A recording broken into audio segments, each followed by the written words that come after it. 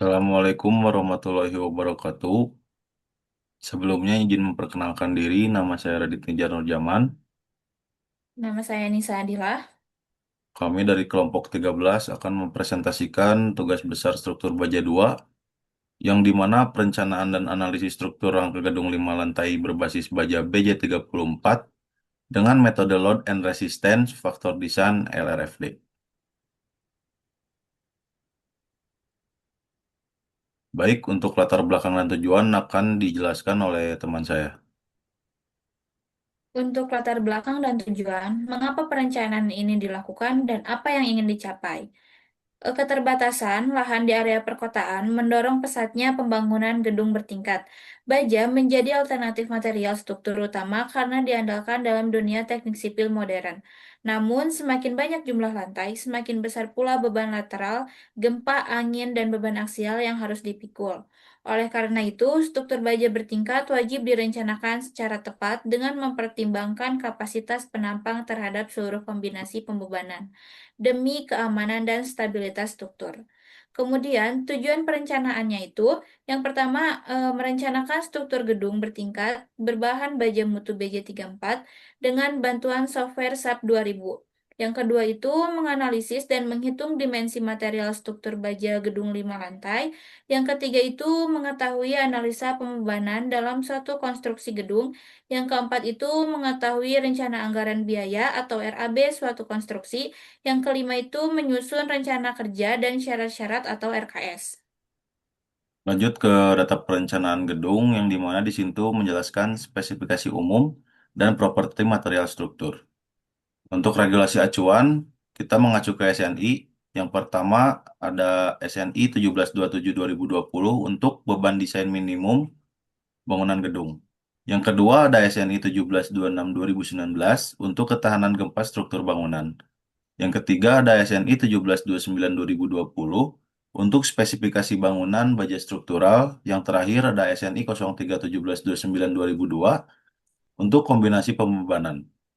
Untuk profil penampang baja yang kita pakai, kita memakai untuk balok dan kolom, kita memakai profil IWF 150 sampai dengan 600. Untuk kolom beban beratnya, kita memakai king cross dari profil 500 kali 200 sampai profil 700 kali 300. Lanjut ke plat lantai, dari lantai 1 sampai 5, kita memakai plat lantai yang berukuran 120 mm. Untuk atapnya, kita memakai 100 mm. Untuk tegangan leleh baja di BJ34 ini berkisar 210 megapascal. Selanjutnya itu ada pembebanan yang kami gunakan, seperti jenis beban, faktor pengali, dan kombinasi pembebanan LRFD. Yang pertama itu ada beban mati. Kami itu menggunakan self-weight struktur dan SDL. Yang kedua itu beban hidup. Koridornya kami menggunakan 300, kelasnya kami gunakan 250. Kemudian untuk tangga kami gunakan 250 sampai 300. Selanjutnya itu dak atap kami gunakan 100 kilogram per meter persegi. Selanjutnya itu ada beban angin, arah X dan Y masing-masing kami gunakan itu 25 kilogram per meter persegi, tegak lurus dinding luar. Selanjutnya itu beban gempa kami gunakan 200 ton per lantai di lantai 1 sampai 4. Kemudian di atapnya itu kami gunakan 100 ton pada sumbu X dan Y. Selanjutnya itu faktor beban LRFD. Beban matinya itu kami gunakan 1,2 atau 1,4. Beban hidupnya itu kami gunakan 1,6. Untuk lateral angin atau gempa kami gunakan 1,3 atau 1,0. Baik, lanjut ke kombinasi pembebanan utama. Kita mengacu ke SNI 031729/2002. Untuk combo pertama itu 1,4 untuk beban mati. Di combo 2 ada 1,2 beban mati, ditambah 1,6 beban hidup. Untuk combo ketiga 1,2 beban mati, ditambah 1,3 beban angin arah X, ditambah 0,5 beban hidup. Untuk di combo 4, 1,2 beban mati, ditambah 1,3 beban angin arah Y, ditambah 0,5 beban hidup. Untuk di combo 5AD, ada 1,2 beban mati, dibagi 1,0 beban gempa arah X, dibagi 0,3 beban gempa arah Y ditambah 0,5 beban hidup. Untuk yang terakhir di combo 6AD, 1,2 beban mati dibagi 0,3 beban gempa arah X dibagi 1,0 beban gempa arah Y ditambah 0,5 beban hidup. Untuk pemodelan struktur baja di sini, yang dimana di sini tuh ada sistem rangka, bracing, spring, dan pondasi pada SAP 2000. Ini untuk lampiran model 3D struktur gedung 5 lantainya. Baik, lanjut aja ke bracing. Untuk bracing kita memakai profil IWF 400 kali 200, dipasang diagonal simetris pada perimeter untuk kekakuan lateral, dan disipasi energi gempa. Untuk spring, peletakan elastis atau K, yang mensimulasikan interaksi tanah struktur, mencegah overestimasi momen dasar kolom. Untuk pondasi bore pile, pondasi dalam yang teruskan melalui pengeboran, rebar cage, dan pengecoran termi hingga tanah keras. Untuk yang terakhir, analisis real time, SAP 2000 mengeksekusi gaya-gaya dalam M, V, dan P secara simultan dari seluruh kombinasi pembebanan. Lanjut ke analisis gaya dalam kritis, yang dimana di sini tuh ada reaksi, deformasi, analisis modal, dan gaya dalam struktur.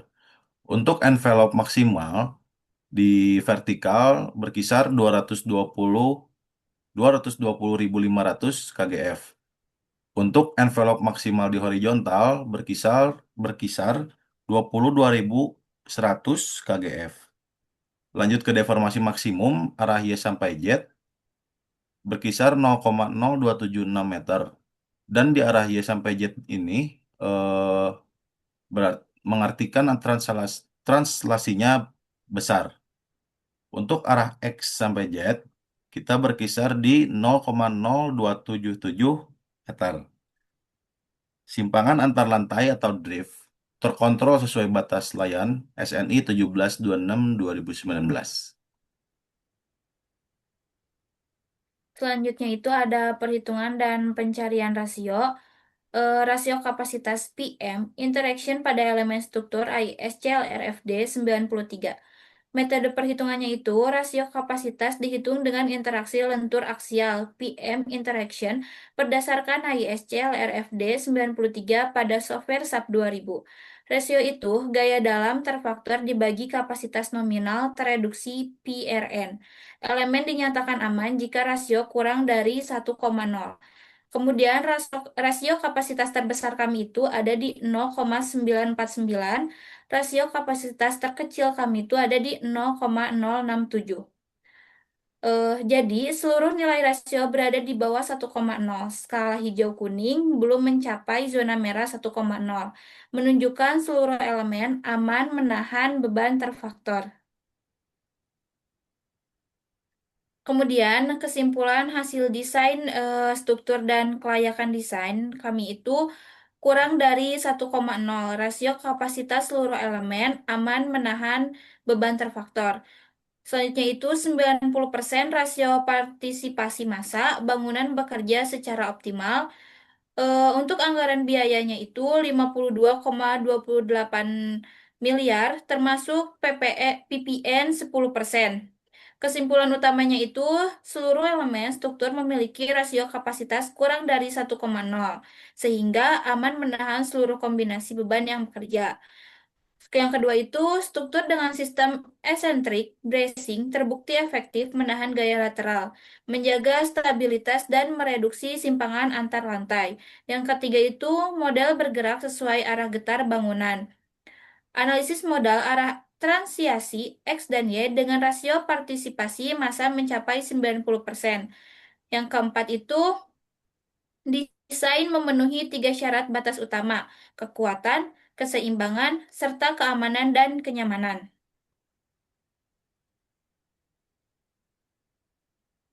Baik, sekian presentasi dari kelompok kami. Assalamualaikum warahmatullahi Warahmatullahi wabarakatuh. wabarakatuh.